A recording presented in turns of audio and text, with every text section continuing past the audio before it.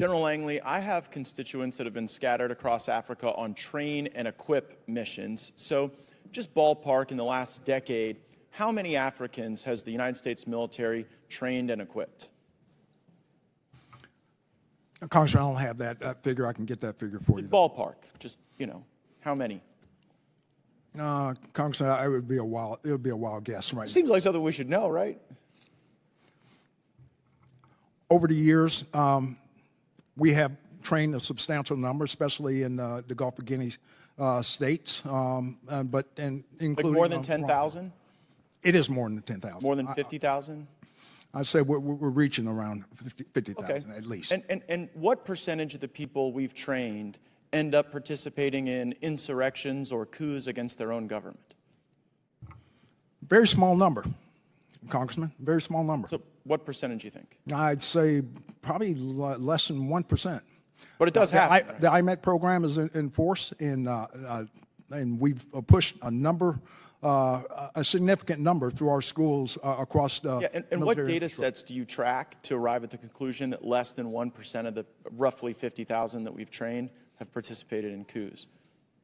Because it'd be like about 500, about 1% of 50,000.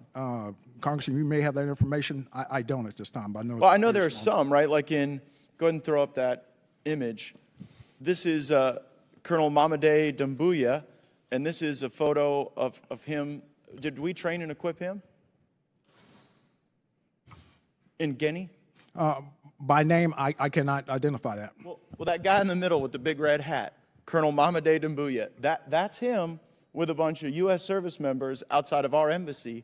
And just months after this photo was taken in 2021, he led a coup in Guinea and threw out the leader.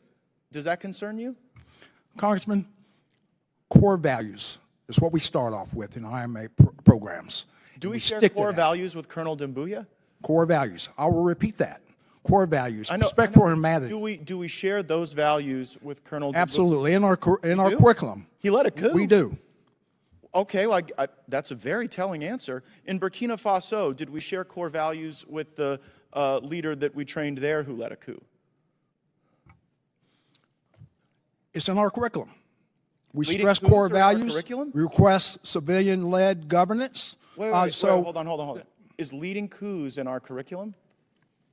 Absolutely not. So civilian-led. My question is, do we share core values with the coup leader in Burkina Faso who we trained? Holistically, we teach core values with a respect for civilian governance, apolitical, and that's what sticks across a very high percentage in the over 99 percentile. Right? But not everybody. And I wonder how many people it takes to plan a coup. I mean, initially you didn't know how many we trained and equipped. Then you said it was 1%. You had no basis for that 1% number because there's no data set you track. Mr. Chairman, I seek unanimous consent to enter into the record. Another U.S. trained soldier stages a coup in West Africa by the Intercept.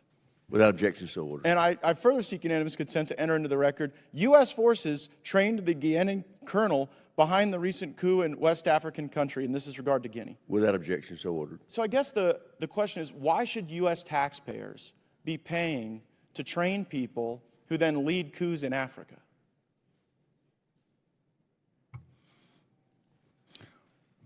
Congressman, our curriculum harvests core values and also to be able to embolden these countries for a representative democracy. But General, that democracy isn't what emerges. The problem is, I know you may have great confidence in what you're teaching, but when two governments have been overthrown, I guess how many governments have to be overthrown by people we train before you sort of get the message that our core values might not be sticking with everyone? Is it 5 countries? 10? We'll continue with our persistence in assuring but do you think it's that working? they harbor democratic norms, democratic values. Just a moment ago, you said we shared core values with Colonel Doumbouya.